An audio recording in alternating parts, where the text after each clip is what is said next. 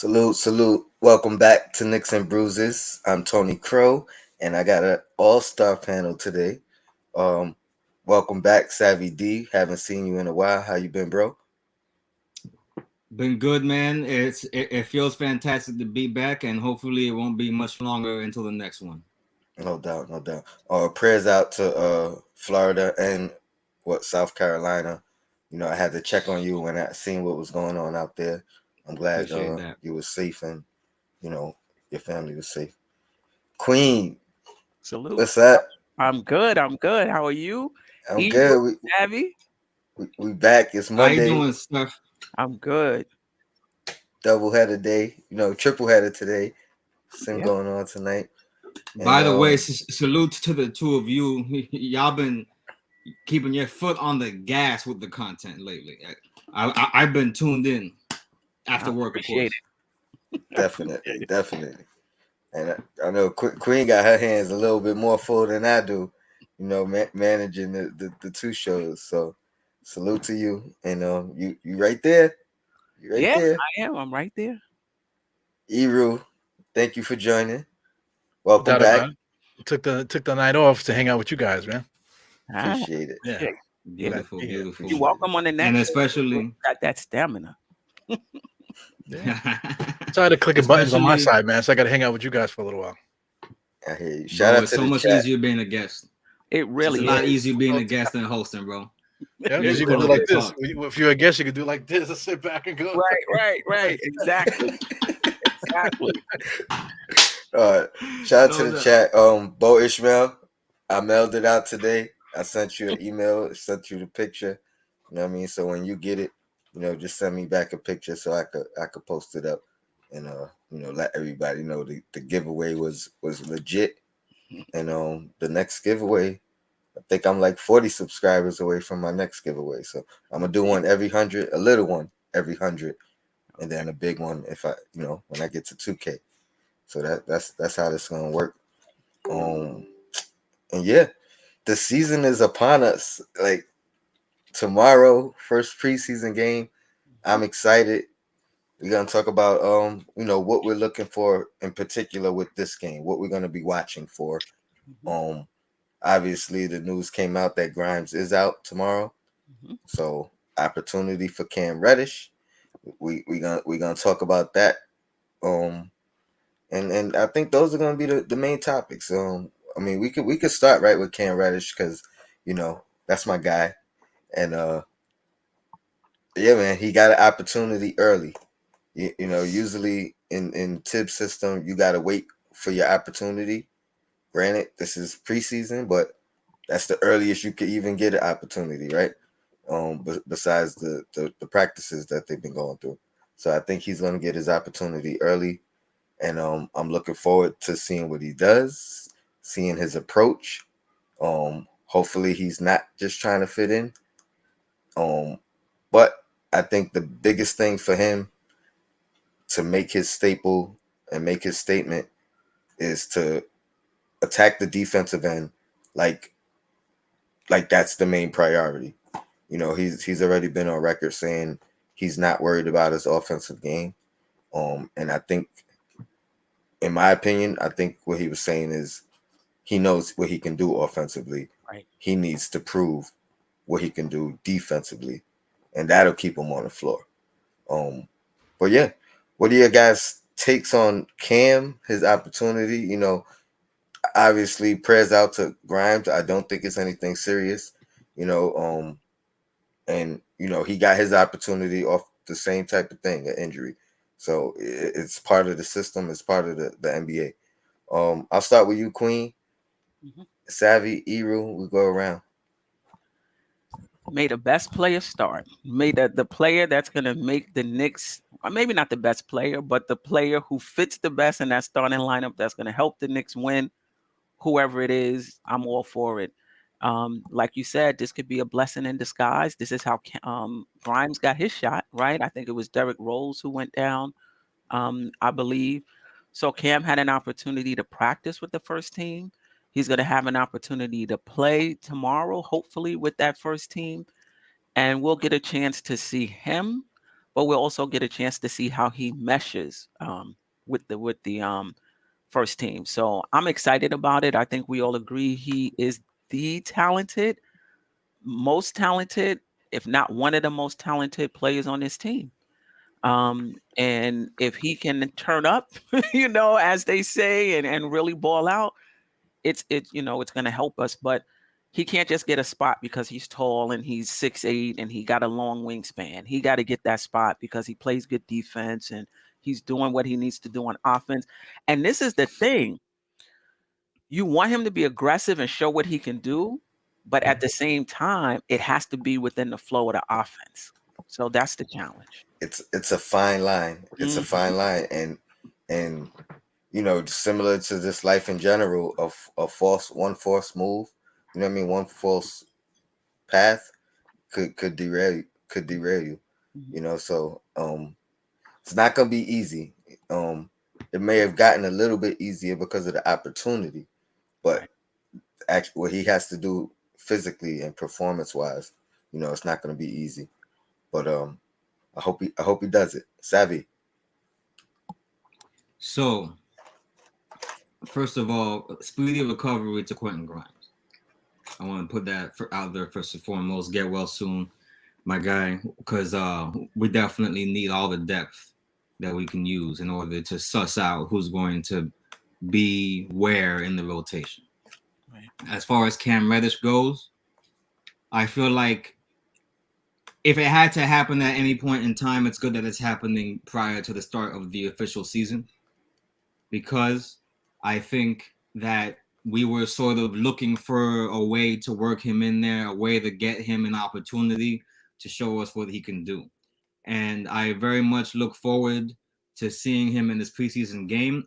Hopefully Quentin is back by the time the regular season starts.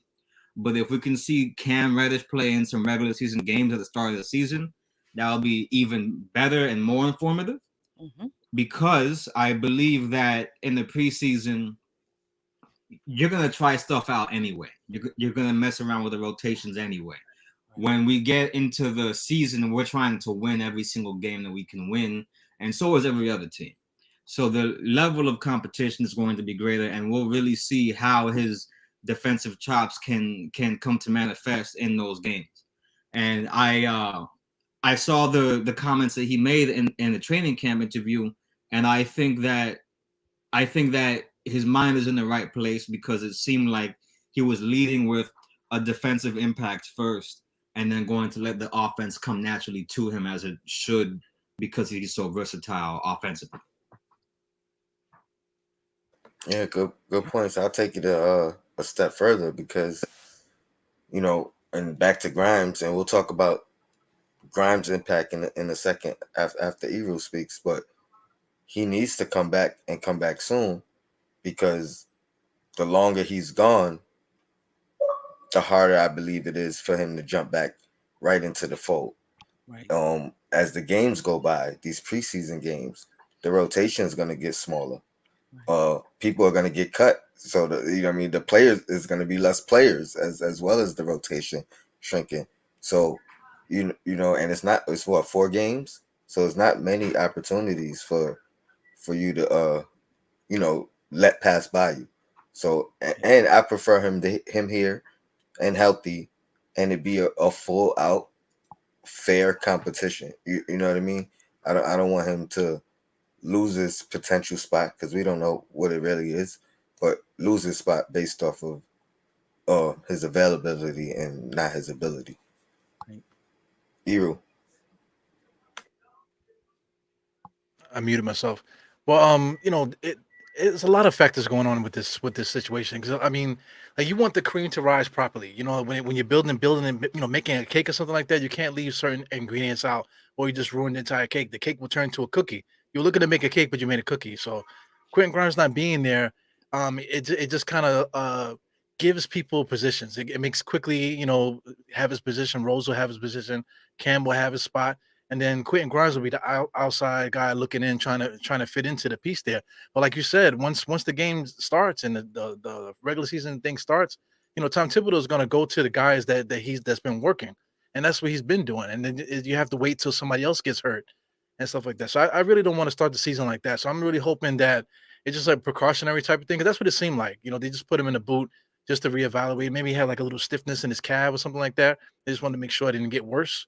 That's what I'm hoping. So hopefully because there's only 4 preseason games also. So, hopefully by like the third or the fourth game that we'll have a full roster, and then we could really like evaluate the players and see what we have there. So, I mean, that's important. As far as Cam though, with his opportunity, these guys are too friendly to me, man. Like I understand, they're hanging out together, they're having a great time, but we can't really see it. But like in practice, I hope these guys are playing like they don't like each other, because you have to do that if you want to play. It's playing sports is cutthroat, because every year there's another draft. Somebody else is coming down, breathing down your neck. So you always have to really rise to the occasion for your opportunity. So it's very important for him to finally snap out of it, because that's the reason why he hasn't really broken out yet. Because I feel like he's waiting for someone to give him a spot rather than him taking it spot. So I'm hoping that he gets that opportunity and uses it. Yeah. Recognize how great he is. It just because we all know it's not enough to be great. Because I mean, we all know that playing basketball, you could be nice, but you got to put in the work. If you don't put in the work, you're not gonna play. Right. And I think there's two sides to that as well, because I think you made a great point about how friendly these guys are, but at the same time, I see something this year that I think was missing last year, and maybe it was because of the course of the season, and it changed, and I just can't remember how it started, but they seem closer. You know what I mean? Even Randall seeming happy, it doesn't look like he's putting on the front. Like it looks like he's come to some kind of recognition or revelation, and I think that might be better for the team, just as far as camaraderie. One team, one goal, one mission. Kind of like 2 years ago, the 15 deep or Big 15. You know what I mean? If they could continue with that kind of mindset, but still have some kind of chip and nastiness to them, a balanced, even keel. I think that will go a long way. Mm-hmm. Well, I mean, we could move right along into expectations for this particular game. I expect the rotation to be pretty wide. I think a lot of guys will get opportunities. Guys that probably may not even be here for the next game on the roster for the next game may get an opportunity. So I'm not expecting heavy minutes from any group of guys in particular. I think it'll be evenly spread out. And then as the games go on, it'll get a little bit tighter. Anybody at the bottom of the list that you're looking forward to seeing the most, just to see whether they get the opportunity to make the big squad or not? Maybe you're just intrigued by them. Anybody that you like looking forward to seeing at the bottom of this roster? Can I just say something real quick? Absolutely. I'm not sure it's going to be like the first game of preseason in football, where, maybe your starters only play a few snaps and then you get to evaluate the other team. That would be great. But how Thibs has worked is he likes to use these preseason games to get that rotation together, to get them some chemistry heading into the season. And a lot of times they get heavy minutes, like it's the first game of the season. Yeah.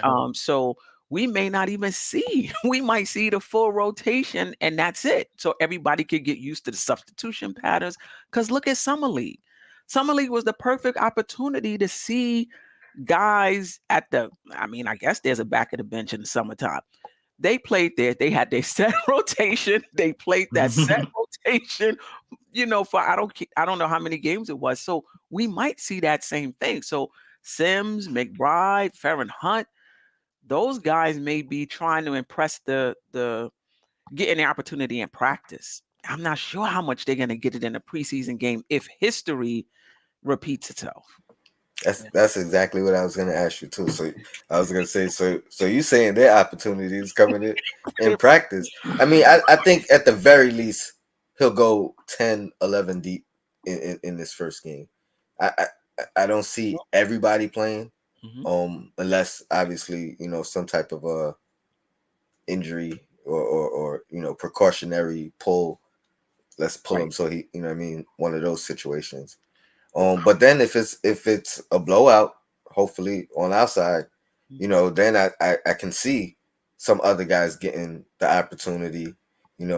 Keep it above 10. If it gets around 10, all right, let me bring back some of our mainstay guys.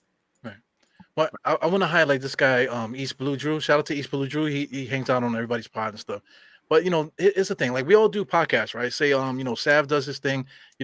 Tony, Queen. I do it, right? But we're on, Tony's show today, right? So it's not like that we're not working hard. You get what I'm trying to say? We're not just because we're on Tony's show doesn't mean we're not working hard on our own shows. So shout out to him. So the point I'm trying to make with that is that all these guys are working hard in their own way and this, that, and the other. But it doesn't matter if let's say the coach sees something in something that he wanted you to do and you're not really like hitting it the way that he wants to. That no matter if you're working hard or not, you might not make the rotation. So I mean, it's a blessing for him that Quentin's is not going to be there from on day one. But he has to seize that opportunity. It's all about seizing the opportunity, catching the coach's eye, whatever the coach is looking for out of you. You have to do it. You have to be able to not just be able to get your stuff off. You got to be able to fit in what the coach needed you to do. And if you can't do that, then that's going to cause a problem for you, no matter how hard you think you were working in off season. And That's true. Back to what Queen said about that fine line of him overdoing it or trying to really prove himself as opposed to fitting in and being who that team needs you to be, as opposed to like that's part of the sacrifice that Thibs always talks about. You know what I mean? You may have the ability to do this, that in the third, but on this team, we might only need you to do this in the second. We might not need you to do that third thing. So you might have to sacrifice that part and focus on some other areas where we need you, where the team will thrive. You may not meet your maximum potential, you know what I mean, but the team will meet its maximum potential because of your sacrifice. So it's a tough thing, and not just with Cam. I mean, Randall's gonna have to figure that out. Brunson's gonna have to figure that out. RJ, he's trying to be the best RJ he could be and prove people wrong, but he's gonna have to. So it goes for every single player. You know what I mean? Like, and that's, I think that's what Thibs preaches, and sometimes it gets overlooked. Yeah. And there's so many little things. Go ahead, Sam. There's so many little things that players need to practice, right? So many tiny things that they use to fine tune their game. That he could be working hard on W, X, Y, and Z. Okay, but A, B, C, and D still needs some work, and A, B, C, and D might be the toolkit that we really need from him, and W, X, Y, Z might be the stuff that he got used to working on when he was with the Hawks. So if there's not a clean bridge between what we expect for him to work on and improve on and what he knows that we want him to work on and improve on, then he might come in better at things that he was doing well or mediocre at, but the things that he was horrible at, he's still going to be horrible at, and that might be the difference between him getting minutes and another player getting minutes. That's a good point. Yeah. And he said that too. He said that they're making what was it? Shooting the three off the dribble is a priority here. It wasn't much of a priority in Atlanta. So that was something that he was working on in the offseason. And I hope, I mean, either way, it's fine. But I hope that's something that he took upon himself because he noticed, as opposed to, them saying, hey, work on this, because, that shows some of that incentive. That shows some of that initiative, excuse me. And I think that would go against that stigma of the low motor and things of that nature. just a little thing, but hopefully, he picked up on that on his own. That's the way I took it. That's the way I think he presented it. But he could have been given some instruction. I think both things are good for the team either way. Yeah. But back to that last question. And anybody looking forward to seeing somebody at the bottom of that roster? If they get their shot. Sims. Has Sims gotten any? Has he gotten any better? Yeah. Has he expanded his offensive game? Now, when he gets an offensive rebound, is he going right up and instead of passing it out? Is he shooting the free throws a little better? So I would like to see Sims. Well, that got to be picked up. Svi, what I can't pronounce his last name. Oh yeah, the guy with the alligator arms. I kind of want to see him play, but he's hurt too. But it would be nice to see him play in a preseason game and actually play well and put the pressure on our guys. That's what I want to see. I want to see guys that have no shot put the fire on the guys in front of them. They'd be like, "Oh snap! I need to play better because this guy is roasting me in practice." So I kind of want to see it. I wish I could be in practice. I want to see all those things. I want to see what's really happening, man. But I mean, I don't know. I might even prefer going to an open practice than I would a preseason game at this point. Are they doing that this year? Open practice? They haven't announced anything. I haven't heard anything. When was the last time they did that? Seemed like forever. It does. I wish I was in New York, man.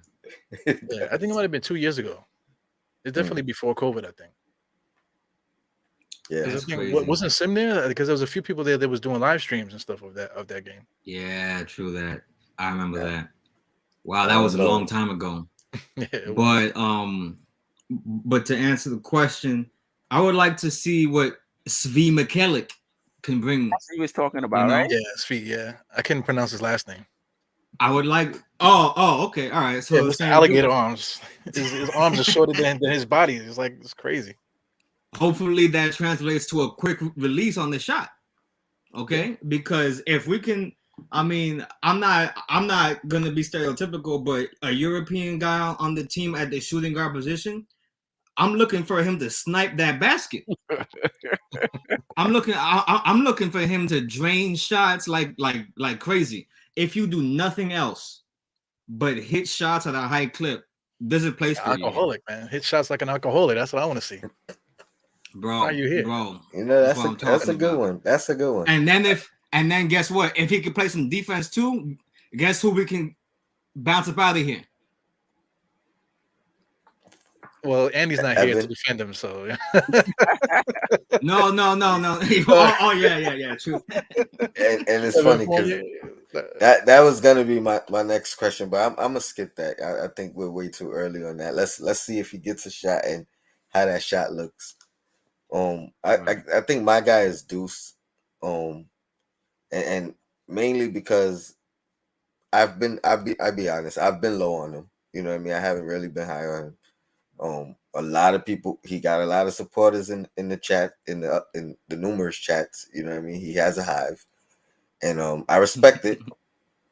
But I also have noticed how glowingly Thibs has referred to him recently. And to me, that means something. So it sounds like, I'm not gonna say in the rotation, but he's that guy. He's that next guy up to kind of get his shot. The problem is, it's a ladder of people in front of him.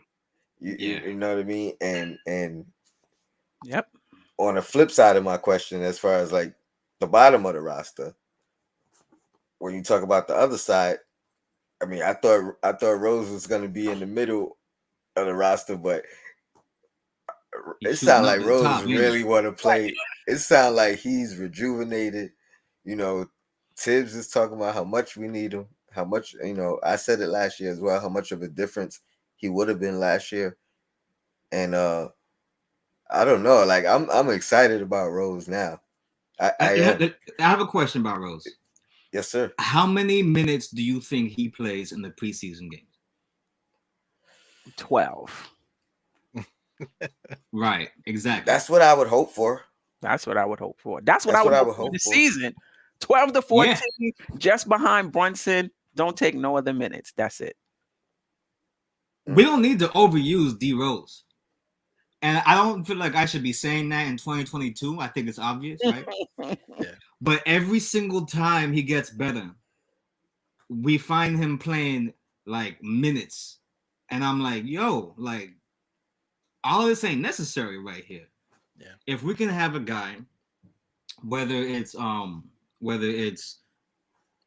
Deuce or Arcidiacono or what have you, if we could have a guy come in and back up Brunson, right? But then in certain clutch moments, in certain key moments, we can have D Rose play key minutes for us, right? Provided that he's not coming off the bench cold, right? I think that would probably be a better scenario, at least for the preseason. And then going into the season, maybe we can readjust. Just because I'm like, why? Like we know what D Rose gonna do out there. How concerned are you? Thing. How concerned are you with Rose potentially playing 20 minutes a game or you know what I mean? Because like I'm talking about a 28-20 split. I think 20 minutes should be the maximum he ever plays. That's a lot. That's a lot of minutes. That's a lot of minutes. Or let me rephrase it. Let's do it like this. Projecting, because we all want different numbers. If you had to bet over under on 15 minutes a game is what Rose is getting, and I would bet. Would you bet the over or would you bet the under? I would bet the over. I would say he gets around 18 and this minutes. is not what you want. I'm saying, you know, you making this bet to make some money. I'm putting money, right? Yeah. Right. 18 minutes, yeah, over. Okay. Over. But that means that he's playing together with Brunson, because I don't think Brunson minutes is coming down, and then that means that there's less minutes for somebody else because we're too deep at every position. So if you're playing with Brunson, somebody else is getting less minutes. That means two people are getting less minutes, minimum. Yeah. If they play in the 1 and 2, right? You know what I mean. Like, you know, my concerns about Grimes at the 3. The concerns would be heightened times 10 if you're trying to put quickly at the 3 with a 3. You know what I mean? Like, well, I mean, I guess it wouldn't necessarily maybe D Rose has to guard it, but either way, it doesn't. You know what I mean? It doesn't help anything. You know what I mean? Whoever is guarding that 3. You got a log jam though. You just basically described a log jam. Like, somebody's not going to get minutes. Right. And if Derrick Rose is playing 20 minutes, that means Tom Thibodeau's bugging out again. You know, but then again, if we're winning, you know, what do we do? We're kind of like stuck between there. You know, but I mean, we're talking about like quickly Rose, you know, Grimes if Grimes is not starting, you know, and then you got Fournier, then you got Cam, and then you got RJ. There's a lot of minutes in between those, basically 2 positions. Well, 3 positions, you know. So I hate to be Randall. I mean, not Randall. Tom Thibodeau. Are you concerned? Oh, forget the concern. Over under on 15 minutes for Derrick Rose this season. I think it's gonna be over 15. Over 15. I should grin. Man, and what really makes it tough is, I mean, we all, whether we like Thibodeau or don't, because I know that the fan base is split. I think the majority of us here do like Thibodeau, but we have to acknowledge that he is a bit stubborn or a bit stuck on his ways. You know what I mean? But it makes it even more difficult when Rose wants to play. You know, this was the argument that people were making to me in the chats when I was saying I think he's going to be situational, because I felt like Rose was okay with that. I thought Rose was. Yo, he heard you because he showed up to the press conference with no shirt on. You know, he came out, his nipples out and all that. What's going on here, man? Put your shirt back on. No, he really want to play. He's not joking around, man. And he can play. Yes. If he's healthy, he can play. Yeah, and he can be good too. Like, I mean, arguably the best player on the team, which is, you know what I mean? Like, you could argue that, especially based off of the playoff run year. Yeah. Like, I don't know where we would have been without him. Let me highlight the super not in the chat. playoffs. Definitely not the 4th seed. Shout out to Paris Duggar. Thank you for the super chat. He says, if RJ or Rando try to dominate the ball this season, will be difficult. Neither player is efficient enough to score against efficient teams. I don't see that happening. I mean, that's why we have the quarterback now. I think and I hope. Right. These guys need easy shots. They don't need to work for everything. You know what I mean? And I don't care if you're the best player in the league. You don't want him to work for everything. You know what I mean? You want him to get some easy shots. I agree. It could be a problem, but I think there's going to be a time for RJ to dominate. I think there's going to be a time for Randall to dominate. I think these guys is really about knowing when that time is. I think they'll get opportunities to dominate, and it doesn't be a detriment to the team. It's just about knowing that I don't have to do it all the time.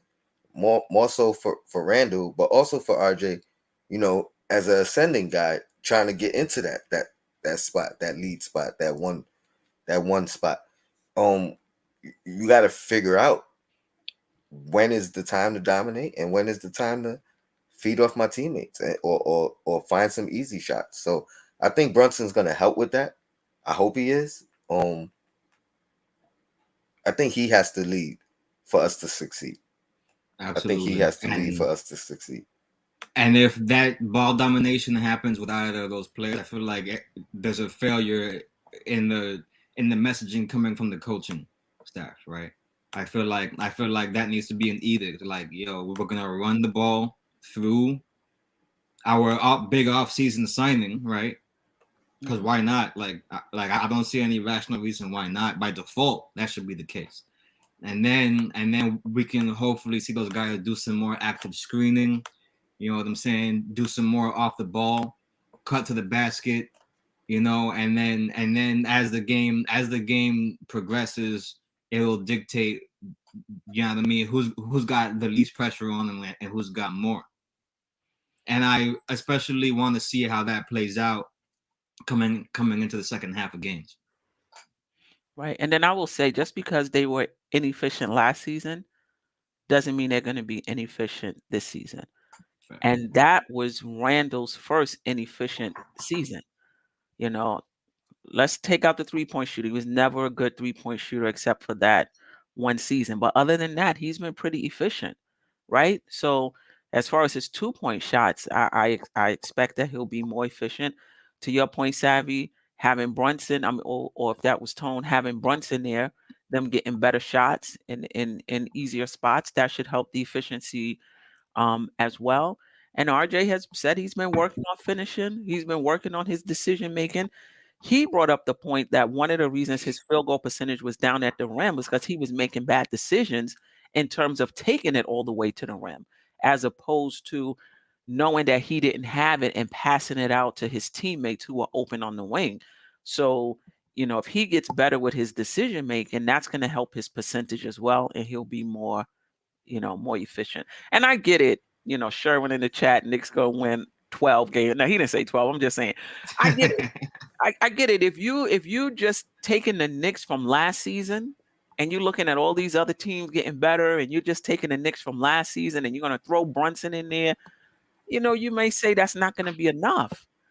But sometimes, you know, it's like when you baking, you know, you put that baking soda in there, it's chemistry, it just changes everything. So, you know, it's possible that that's what happened with Brunson, but I think it's also possible that, you know, these guys have improved over the summer. So I just think the Knicks are going to be better. That one ingredient might give it some consistency. Yeah, I love chemistry too, man. But Steph, you just gave us the ingredients for something. I thought we was going somewhere. Hey! Hopefully we're cooking that all season, baby. All right, that's what I want. That's what I want. It's about the consistency. That's what my mom used to say. You know, throw some flour in it. Yeah. Some baking soda, you know, stir it up, that type of stuff, you know. You know what I mean? A few ice cubes in there, you know what I'm saying? But all right, now y'all cooking something else. Right. All right. I think I meant baking powder. What I say, baking soda, but yes, you did. Yes, you did. but what I've been saying on my show is, I guess that. Sorry. No, you go. No, I was just gonna comment on what Steph mentioned about RJ Barrett's comments. That sounds like a very cerebral and self-accountable analysis of why you were not performing well efficiency-wise during the season. And I'm hoping that with his newfound, I guess, elevation, that step forward that he took in that second half of the season, hopefully, in a certain sense, he can apply some leadership and have that same sort of cerebral, analytical, self-accountable mentality permeate the rest of the squad, especially his best friend on the team, Cam Reddish. Okay, now that sounds like a mentality that Cam Reddish could really benefit from, and that's his boy. So, I'm looking for good things. Yeah, I like the word permeate. Permeate is nice. I like that word. But I was going to say, I've been saying on my channel with the guards, we just need the guards to do guard stuff. We're making Randall do too many guard things. RG is pretty good, but he needs a pick really to get open to do his thing. But if we're playing that type of ball, I don't think we're going to win because we have too many great guards. Not great. We have too many decent guards that we could put the ball in their hand to let them do guard stuff, create plays, that type of stuff. Let Randall chill. One thing too with their mixtapes during the summertime, they've been doing a lot of push shots. RJ and Randall, their jump shots look wet. Because they're going to be getting the ball in different positions now. So, like you were saying, Steph, like from year to year, you can't just carry the baggage over. It's a new season, new way of thinking, new mindset, new recipes and stuff these guys are working on. So clean slate. Yeah, clean slate. You gotta, I give it 2 minutes. I've been telling everybody to give it 2 minutes into the preseason. If you're seeing the same thing for the first 2 minutes, then go have at it. Do what you got to do. Yeah, but we got to give them a chance. I think we're very talented in the guard spots. We're very heavy there actually. So I'm gonna say give it 2 substitutions at least. You know what I mean? Like let's see. You know what I mean? Breaks. How about 20 games? Shout out to Mark. 20 games. After 20 games, I'm gonna know who this team is. That's fair. Of the Knicks episode after 20 games, baby. Christmas, you're gonna be like this by Christmas. If they act like we're all gonna be like, oh, they need to fight them, Let me thank you again, Paris Doug, a super chat. Point is RJ and Randall IQ letting Brunson run things. Agreed. Yeah. I don't know if you were including IQ or you saying their basketball IQ, but either way, IQ is gonna have to do that too, and kind of.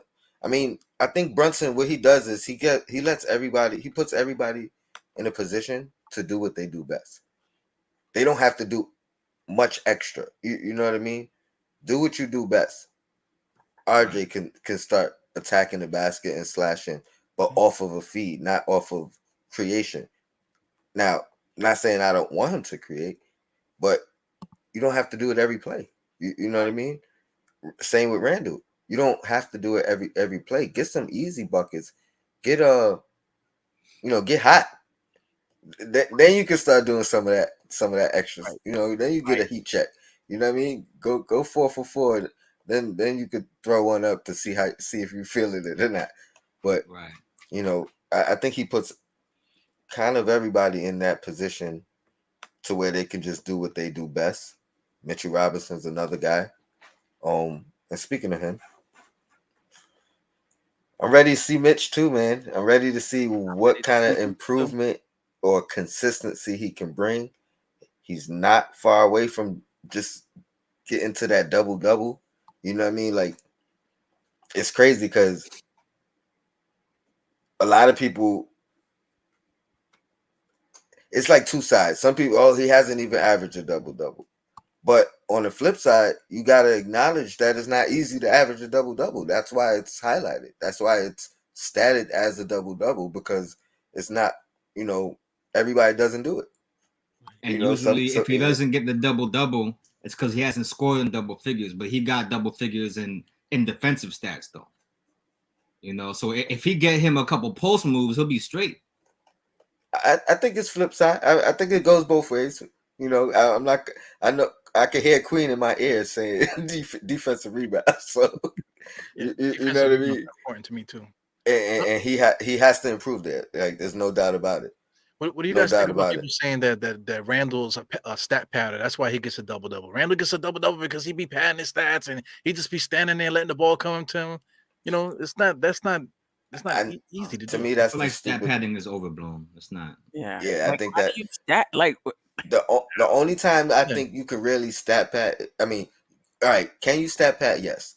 Like if you turn it down a layup because you got 9 assists and you're trying to get the 10th assist, so you're not gonna score that 2 points. You're gonna give it to somebody and hope they score. Yes, that's stat patting. But to stat pat for a game, to stat pat for a season, that's not possible. You, Yeah, you know for what I a mean? Like career, you know, people are crazy it sometimes. like you can stat pat in a possession. You know what I mean? And who's to say? Trying to get that you 3 points away from a triple double. All right, let me shoot a three, like Right. a bad three. You know what I mean? But if you're playing within the game and within your game, and those are the stats that you came home with, those are your stats. And who's to say that the team is not looking for you to do those specific things? You know what I'm saying? Like we as consumers can look at something and feel a certain way, but we have no clue what's really going on the floor. Yeah. That's a fact. Like I drink a lot of soda. I don't know what the hell is in it, but it's delicious. You know what I'm saying? So you know, it's almost the same thing. You know, I know it ain't good for me, but you know, those belches feel good. You know, If he pads stats and we win, I love that. You know, Yeah. pad some more stats. You know what I'm Yeah. saying? yeah. And I mean, like when you grabbing a rebound, you still have the opportunity for somebody else to get the rebound. Like if he got it, he got it. He ain't pushing his teammate out the way. You know what I mean? Like Well, I Right. can see It's you. not like Carmelo. Every shot, you know, I'm not passing. I'm just gonna shoot every shot. You be like, what is this guy doing? He trying to reach a certain number or whatever. But with a rebound, what are you supposed to do? Like not go for it? Right. and that's my Yeah, point. Like, come on. The Oh thing man. with Mitch Robinson's stats too, he could stay 8-8. You know, if he was 8-8 this year with 1.8 blocks like he's been doing, is fine. But the thing about the way that he plays, there's certain little things that he needs to improve on. Like if he gets the rebound, he can't just be dead, you know, or just like throw up a weak shot and get a turnover or something like that. He would have to do something worthwhile to keep him out there. You know, 8 rebounds, 8 points. Like I said, 2 blocks is great. But I'm going to see him get that rebound, turn around, and throw it back in. You know, it doesn't have to always be a dunk. Or if he gets the ball at like, you know, the top of the key or something like that. I just don't want to see him be looking for a pass or just a dead play. Now we're stuck at the end of the shot clock, you know, waiting for somebody to go one-on-one. Little things like that kind of ruin the basketball game. So if it's not something that's so dramatic that he needs to do. It's just little nuances that he needs to like learn that if he adds it to his game, it would just make everybody's lives so much more easier, you know, just little Absolutely. intricate things. You're Especially 100% if you right. can. But I can honestly say I've seen those little things from him. You don't see it every game, but we've seen it, especially last year. I think he made a large leap in the sense that, you know, we might have seen him put it on the floor 3 times, but we never seen it prior to that, right? We might have seen a little jump hook, but we never seen it before that. So it wasn't something that he was showing every single game. It might have been every 5 games, every 6 games, but he showed a little bit of these things last season to me that is encouraging, and to me it's so little, like you're saying. Yeah. He's right there at the double double. Like seriously, you're talking about 2 more defensive rebounds will get you that double double or that 10 boards, and then I mean, shoot 60% from the line, you got 2 more points. Yeah. You know what I mean? Like forget if you even develop that jump hook or whatever, anything else. Shoot better at the free throw line. You're getting the double double. You're getting the 10 points or the 10 plus And, points. So I and mean, if he those get 2 better at the things. free throws, I mean, he's I out of think here. that's a game changer for him. Ranrock is I calling had someone a Mitch hater. I'm not sure who. I think we I all love had Mitch here. You're talking about I me. had I had gotten so accustomed to like viewing Mitch as like, okay, this is what he is. We just need to get another big to do everything that he does not do. Then I saw him do a drop step last season, and I was like, oh, I was like, Yeah. whoa, he threw a little drop step in there. Like, that's not so far from imagination. Like you're saying, it's not. We're not asking to be Hakeem Olajuwon, you know. right, Just, exactly. A drop step and a finger roll, and he'll be looking a lot different out there. And he has incentive now because Hartenstein is right there. and Hartenstein And, could do all those little things. yes, Right, yes. right. And I just want to jump back to who Queen said she's looking out for Sims. Let's not forget Sims showed some things. He showed some ball handling ability a little bit in the summer league. You know what I mean? Yeah. So I'm like, man, a lot of people early was like, oh, he could take Mitch's spot. I'm not there yet, but when I He may seen not that, even get any run. Forget taking which spot. well, again, this is pre Hartenstein. This is when Okay. we didn't even know we was gonna have another center here yet, but people were liking his potential more than Mitch. I will say he's shown more in the short time as far as versatility wise. So I think his ceiling is I don't even want to say higher. I think he's just gonna grow faster than Mitch did. Let's say that. Like what took Mitch 4 years might take Sims 2.5. You know what I mean? I'll say that. But having a guy like Mitch right there with him, I think that's helping him too. You know what I mean? And about Sims, the thing that impressed me the most, especially at the game that I went to, like the matchups against the Heat that I attended when I got to see him play in person, was first of all how active he is on the screens, and then his ability to hop out to the 3-pointer and defend guys at the 3. Okay, being able to defend guys at the 3, being like he has a good feel for the switch as well. Right. Like that first switch that happened, but then when that second switch comes around, he's already like on his man, like understanding that he has to skip a man to come over here, make that switch. Those were the things that I was watching him, and I was like, up until that point, people had largely seen him as like a brutish type of player that was like all physique and was supposed to just bully ball people. But then when I saw his defensive IQ, I was like, oh, this guy could really, if he continues to develop, he could really be a trouble in this league. Shout out to his high school coach too. His high school coach had him shooting. He was shooting threes with his left hand and right hand. He could. They're saying that he had a really good touch around the rim, that type of thing. So you can kind of see that, like you were saying in the summertime, and he had some post up moves too, not just outside stuff. He had a couple post up stuff that he was doing that was really nice, finishing at the rim. So I mean, he does have skills, but something with Sims, I think, is personality wise or whatever. Because even like there was he was at the Giants game, and the guy went to give him a pound, and he gave him one of those, like he didn't know how to give the pound. He's just something's a little off with him socially. So I'm thinking that it might take a little time for that guy to really figure it out. Yeah, Sims is only 1 year younger than Mitch. Hey, listen, a lot happens in a year. The Sims High is in the chat too. They out there. So yeah, I don't know how to say that, but Mr. Music, I'll say. Thoonie Music. Thoonie Music. Remember, Sims is only 1 year younger than Mitch, which is true. But remember, Sims had a lot more structured coaching than Mitch has had. 4 years of college, and then comes directly into I'm gonna say a good Knicks system. You know what I mean? A good developmental system. Where Mitch That's had a great point. No college, not a good coach coming into the league, and I think he's developed. I mean, fairly slowly, but I think those are some of the reasons why Sims is going to develop at a faster rate than Mitch. And this is not me saying he's going to be better or the ceilings are the same or what. I just say he's going to develop at a faster rate. I believe so as well. Angry Knicks fan. We are widely overrating our Knicks. He also feels like we should tank for Victor whomever. Oh my God! The one I said that earlier. Yeah, I mean, we've talked about it numerous times. Players don't tank. coaches don't tank.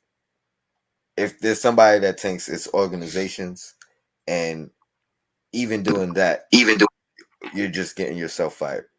It's been proven time and time again.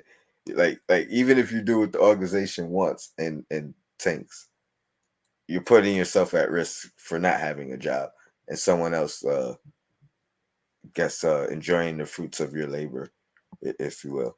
So tanking is I don't know why you would want to do that again.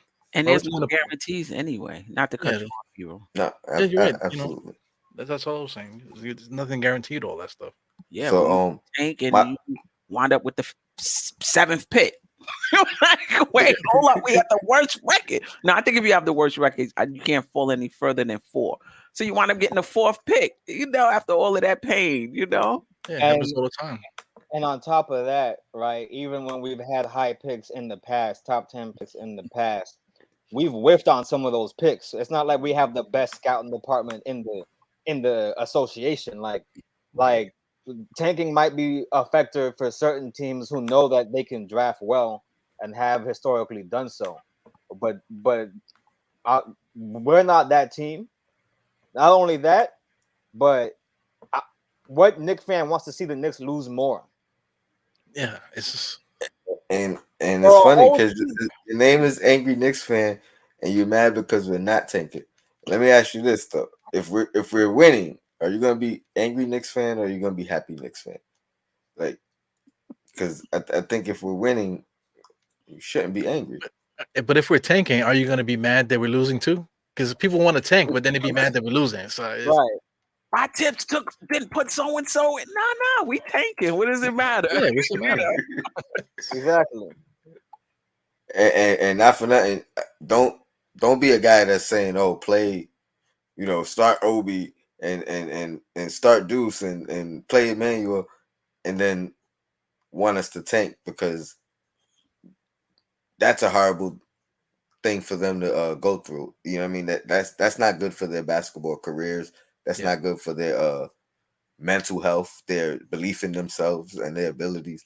You know what I mean? You want to put these guys in the best position to win, even if it's with limited minutes. I think that's a better learning tool than saying, "Hey, play the young guys. If we win 13 games, we win 13 games." No, because that's not good for them basketball wise, career wise, or internally. I don't think there's anything good about losing unless Can I ask you you're this? okay Though? with losing. And then guess what? Sorry, Eru. Guess what? Yeah. We tank. Let's say we draft somebody, right? And they turn out all right. If there was a free agent that was thinking about coming over here, guess what? Guess what? They're not. And no longer. Okay, it's bad for culture, and it's bad for that young boy that we draft to come into a culture that was losing on purpose. Right. And we've done it already. That's how we got RJ Barrett. We was the worst team, and we didn't even get the number 1 pick. We got the number 3 pick. And remember, when Fizdale got fired, the organization made a decision that it wasn't about wins. It was because I saw at the end of the game he didn't have the best plays in. That's something that what's his name? Freedom, Enes Kanter at the time was complaining about. They not playing to win. DeAndre Jordan, in my opinion, that's one of the reasons why we didn't get Kyrie and Kevin Durant, because he went back and said, I don't know what they doing over here. Like they not playing, they not playing to win. Putting their best foot forward. Right. They're not playing to win. You don't really want to be over here. So we tried it during that 1 or 2 year period and even the organization the next year turned about face and went out and got Randall, Morris, Portis, and whatever, and said, nah, we had enough of this. It was just one season. We're gonna try to win. And we got Steve Mills up out of there. Okay. Right. Those last days of Steve Mills was dark days, bro. Right. That was some misery right there. I was having a hard time. Oh boy. I ain't gonna lie. The fact that they let him go, I think for me personally, it was worth the misery. Like, you know what I mean? Like, sometimes you gotta go through that darkness to get to the light. So, no doubt. Don't send me back over there, angry Knicks fan. My goodness. Why? Well, angry Knicks fans, he's over there talking about like what did Philly do? You know, like didn't they do that? If you look at their history, man, they have a lot of bad draft picks. A lot of misses. A lot of misses. A lot of guys got hurt. Michael Carter Williams, New Orleans, Noel. You know, they tanked and they. But the thing about it is to get one or two players, you got to tank for a significant period of time. It's not like 1 year. You got to give yourself enough chances to do it. So Philly did it for like what? 5-6 years. Remember Michael Carter Williams. Remember Noel. Remember Okafor. There was a lot of players. Michael Carter Williams was 2013. Right. So they did it for a long period of time before they hit on Simmons and Embiid. Now look at Simmons. He's not even on the team anymore. Does anybody know where what's the name, Okafor, where he is? You know. So there's no guarantee.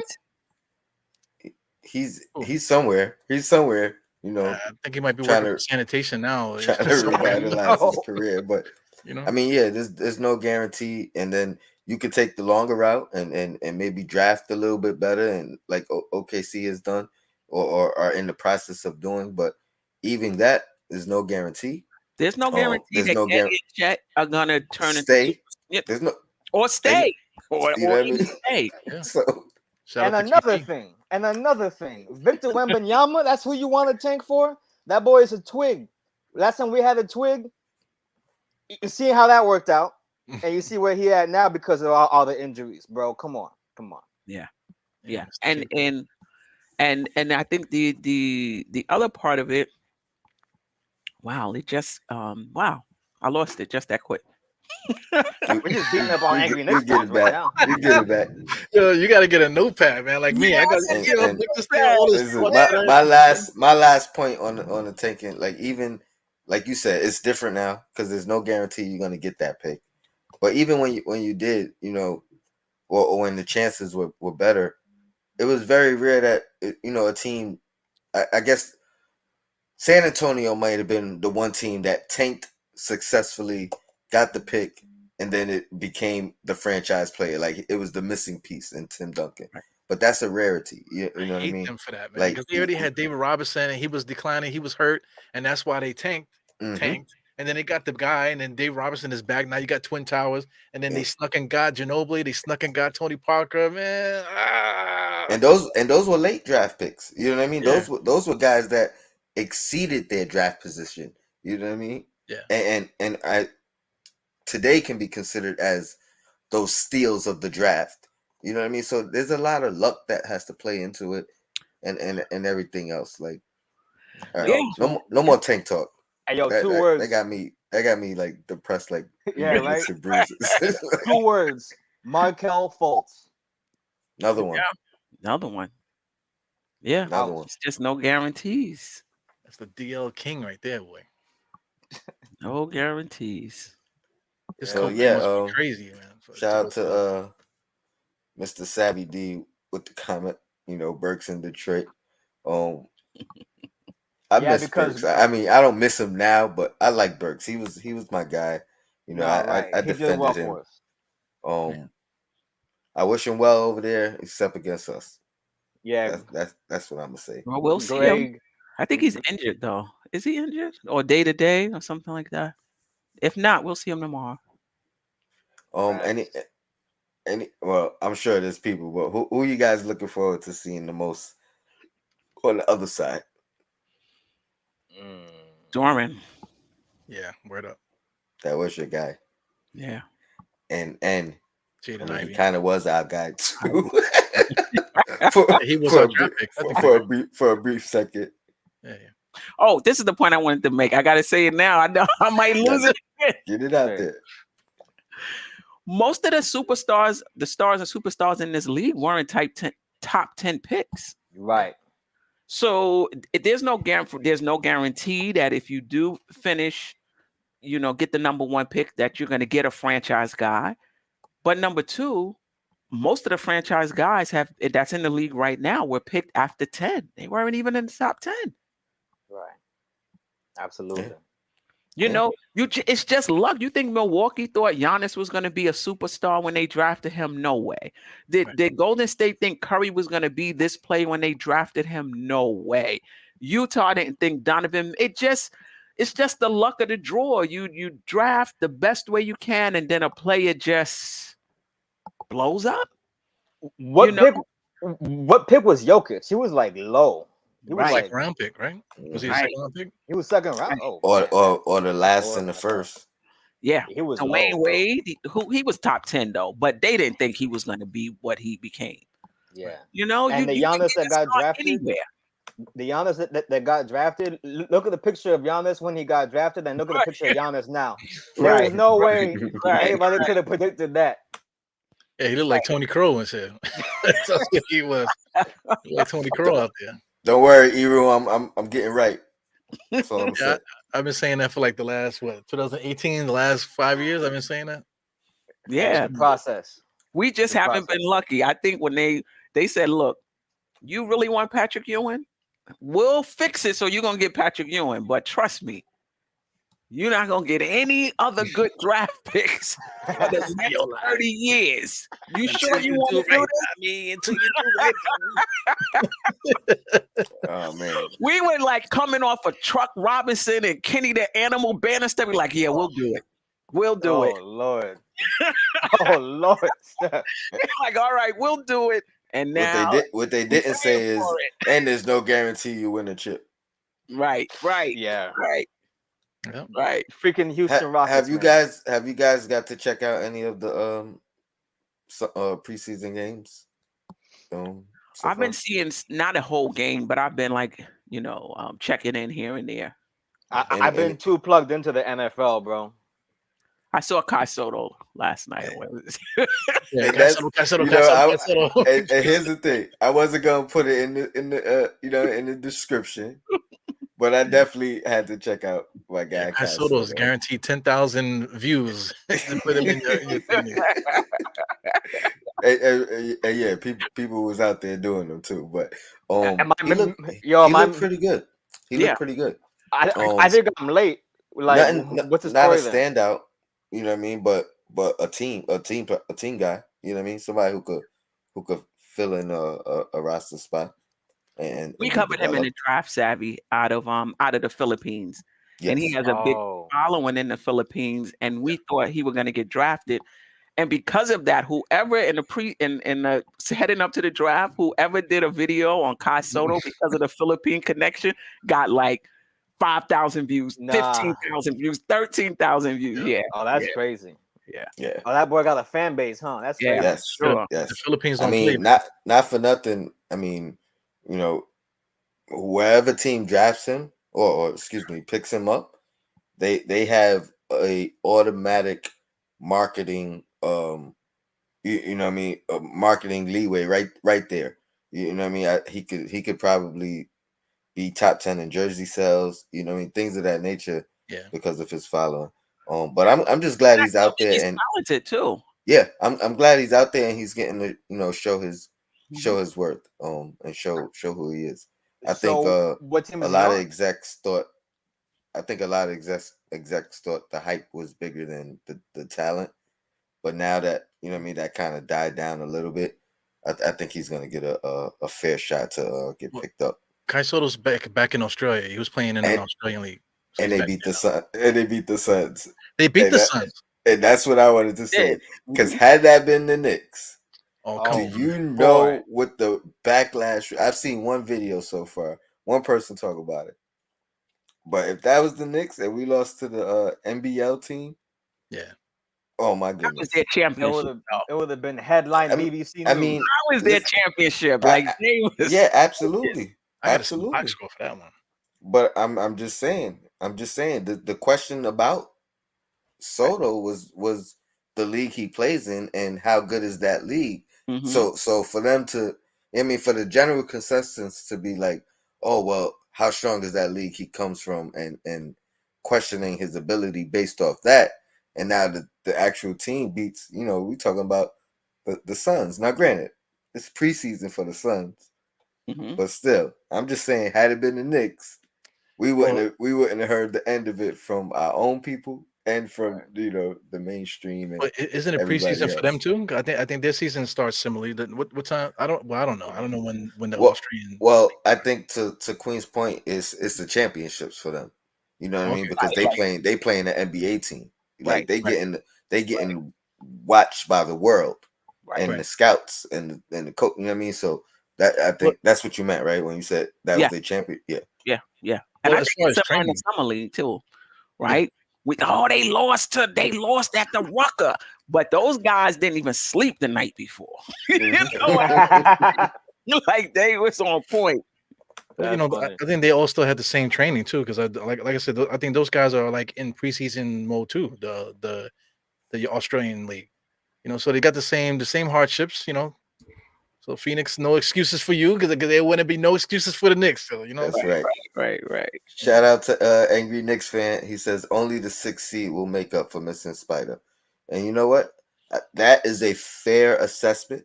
I'm not saying I agree with you, but it's like I could stand behind that. I don't think it's fair. You say you don't think it's fair? I don't think it's fair at all because who's to say what trade package would have secured Spider? If we had traded a package to get Spider that gutted our team and we make the 10th seed, but we have Spider, would you be happy with that? I would, not for this season, but knowing that we have a building block going forward that's young. But you're right. If we would have given up the pieces we've given up, we would have had to take a step back, rebuild the roster, and next season and season beyond go forward. So, but you're right in that. Like extra 2-3 years. And some of the balance that we have now, as far as the roster, I think some of that camaraderie or let's say familiarity that these guys have from playing with each other for 2 years, 3 years, 4 years. Some of them, we might have missed some of that. You know what I mean? Trying to put together the pieces on the fly. Well, yeah. I mean, depending on who got moved, but yeah, we would have moved. No matter what, we would have lost some of that. You know what I mean? And then we would have had to fill those holes with new guys who weren't accustomed. So it would have been I guess a fresh start, a new. I don't want to say a rebuild, but a retool, if you will. Yeah, it would have been. But I just think 4 years from now we would have had a better chance with that than with this roster, in my opinion. Well, can I ask you this? We don't know because 4 years from now we don't know who RJ gonna be. We don't know who Quickly gonna be. We don't know who Brunson is gonna end up. So I mean, that's true. Well, what about the trade deadline? Because I mean, what if let's say think it positively. Let's say the Knicks are playing well, but we still have a logjam. We still can go 12 deep. So we kind of need to make a trade. So we can still put together some because now we'll have a better idea of who fit. Right, so we could snatch a trade together. The same thing that we would have did for Donovan Mitchell and get say like my man from Phoenix, Devin Booker. Because if they lose into Australian teams, it's like I'm trying to get the box score now. I can't believe might need that boy to bounce. You know what? Let's put it in the air. I don't know, man, but I don't like all that attention. Not during the season. It was fun in the off season. You know what I mean? It gave us a lot to talk about daily. Well, remember Detroit when they won the championship? They had a ragtag team together. They put some guys together, Jerry Stackhouse and a couple guys, and they traded and they ended up getting Rasheed Wallace, and then they won the championship. So that's a fact. That's a fact. Would y'all want a guy like Bridges? I would like Bridges, but he's not. We need a star. Yeah, right. But I like Bridges. You talk about Mikal or well, actually, I like both of them. Oh, I don't know. I don't know if Miles is going to be playing in anytime soon. He didn't get no news yet, right? From his court case and stuff. He's still awaiting final decision. Oh, I don't know if he got. I'm talking about the Suns Bridges. I'm talking. Nah, we know. She said both. Yeah. Yeah. True. I like him. Dang, but I don't even know if he's if he got did he get re-signed? He was extended. Oh, he was extended? He was extended. He was extended he was in the draft before RJ anyway. Yeah, he was extended. Yeah. Oh wait, you still talking about Mikal? I'm talking about Miles. Oh, Miles, no, he wasn't. He's still not even under contract, right? Yeah. He's a restricted. The qualifying offer is there for like 9 million, 7 to 9 million, something like that. That's tough. And at this point, I mean, going through what you're going through, you gotta sign it. You know what I mean? Right. Hey, that boy But was he'll living be out his unrestricted raps. though next season though. So if That boy everything was. works out, Yeah, yeah. I I never wonder took what him for that type deal of was dude. on the Either. table that he turned down. Yeah, that Miles Bridges is weird, right, Sav? I would never think that he would get involved in something like that. But you never know what goes on behind people's But No, private that's lives. true. That's true because you don't know who they are as people before they got to where they are. Right. But for you to be a basketball player at such a high level, get to the league, and you're rapping, and he wasn't terrible. He was not terrible at rapping. Like he has his little genre, his lane. But to live out the raps, my guy, and you got a contract, that's yo, that boy different. I'm sorry. Priorities in the wrong place, because I mean, you get your NBA contract, you'll never make as much money rapping that you're gonna make, in the NBA Exactly. contract. Really, at least in a small amount of time like Realistically. that. I don't Yeah. know. Jay-Z would disagree with that. I But mean, There's when only Jay-Z one of first came those. out, yeah, Jay-Z made his money throughout the course of like decades. This guy, Yeah. And Jay-Z was rich before rap, that's true technically. too. You know what I'm Yeah, saying? But allegedly. That's what they say. allegedly, right? Yeah. I'm not gonna. But Steph knows Rich the and recipe straight. though. Steph knows the recipe. Oh, Brooklyn in the house. Let me stop. Don't, We used to listen, fight over building blocks. Ebru, don't get me flagged on my channel, bro. I'm sorry. I got my own stuff to deal with on my side of things. The feds is watching, man. Oh man, Oh Lord. man, I appreciate you guys for joining. This was a fun one for Yep. sure. And whoever wants to come over to the Queen's Court, you're welcome. Oh, I How got to much time send we that got? link to what's his name? What time are you starting? 8. 8 o'clock. Enough time to get 8 a o'clock. cup of water. Y'all do this every Monday? Y'all do this every Monday with the marathon? Yeah. Yeah, it's the double header, sometimes a triple header. You jump on the train too, man. I'm free on Mondays, so you know what I mean. And then NBK at 10:30. I saw the That's- preview post up there. Yeah, That's that's a crazy. bit late for me though. I think That's I'm gonna crazy. tell him I'm not taking it personal. That all his shows now is on a time when he know I'm not gonna make it. Trust me, he knows. Trust me, he knows. I don't know This- how Sim does it sometimes, bro. Because I'm like, yo, these hours you keep are crazy, bro. But yeah, hey, I might jump on the Queen's Court. I just gotta go eat something right quick, and then I'll jump on. Just If you don't mind me joining in late. Yeah, I'll DM you the link. If you can come on. Yeah. Yeah, I do the same thing. But too. you I are gotta- popping now, so by the time I even get ready, you're probably gonna have a full set going already. So I'll probably just tune in. Now honestly. Queen's Court be a little more tame. So I think Yeah, we we should be good. Yeah, I'll pop in too if you have me. I just gotta beat my kids one time. I think Oh, watch out. One quick question. Elbows in and stuff. Make sure they're good, and then I'll pop in. One quick question for all of y'all. Do you Mhm. think that we beat the Pistons tomorrow? 1-0. I think so. Let's get it. 1-0. We starting I'm the with it. season.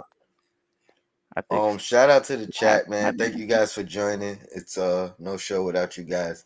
yeah. And as always, thank you for joining the panel. Eru, anytime you free, come on. I just Savvy, welcome back, man. It feels like it's been a year. Bro. We got to get a stoop going. And Queen, Yes. you already know. I'll see you in a few minutes. Abby, what's your name again? I don't see you. Savvy FND. Oh, on Twitter. I actually had to fall back from the socials for a minute. Oh, so where you want me to Get back send it? on. You want me to text it to him? I'll text it to him. If Text you it could to text it to me, Tone. Yeah. And then also Steph, like you can give Steph my phone number too. Like you know what I'm Okay. saying. I'll do that I then. don't think you're gonna blow me up at 2 a.m. or anything, right? So No. Video chats, random video chats at 2 a.m. But yeah, no, it's been crazy. I've been working a lot, but I'm back on my grind. I had to fall back from the socials. I'm getting back into my music grind mode. There you go. So There you you know, trying to establish focus, and eliminate distractions. Organic thoughts only. Yep. But salute to the panel. Salute to the chat. Thank you for having me. I'll see y'all on the Queen's Court. Peace. All right. Peace. Like All it's time.